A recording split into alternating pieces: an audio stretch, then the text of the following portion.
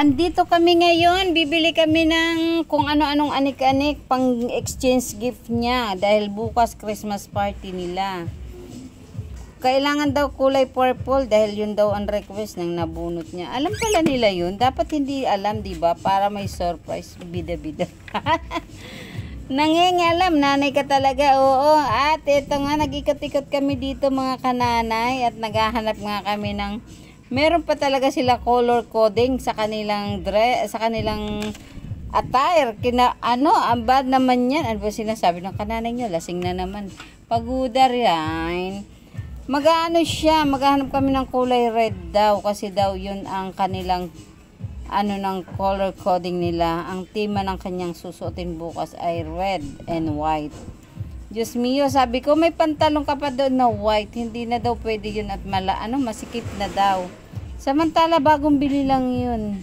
Sabi ko 3 yun, masikip na, tapos yung 2 daw ay marumi. Sabi ko wala tayong labahin, na agad ka labahin.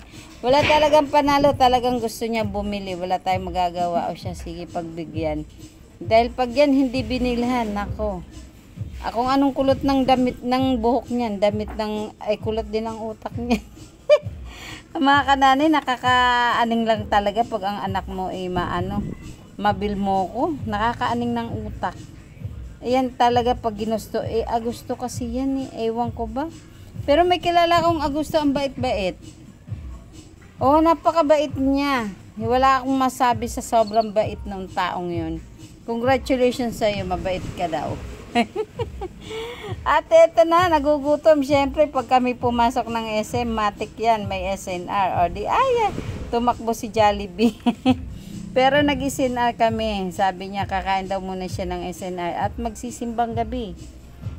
Baka makumpleto niya mga kananay ang simbang gabi. Wala siyang absent since 16. Mula na nagsimbang gabi, hindi talaga siya uma-absent. Malay natin nga, makumpleto niya yan. At eto na, dumaan na naman kami dito sa tinapayan na hindi nagsasalita. Paano ba ito tinawag na bread talk? Ayan, nagka-anik-anik na. Sabi ko tama na at makarbohydrates na siya. Isa lang pagbigyan. Ayan, oh.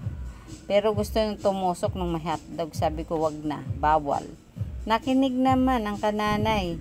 Nakinig sa kanyang nanay at makukurit na talaga ang singit. Ang dami ng ginastusan. Eto na't pauwi na nga kami mga kananay. Eto na kami, dito na kami nagpa-video-video na lang. Ayan. Salamat sa inyong support at panonood. Ingat po tayong lagi. Merry Christmas na mamas ko po. Gustuhin ko man mag-live, hindi pala talaga pwede. 60 days pa daw. Bye-bye. Ingat. Merry Christmas.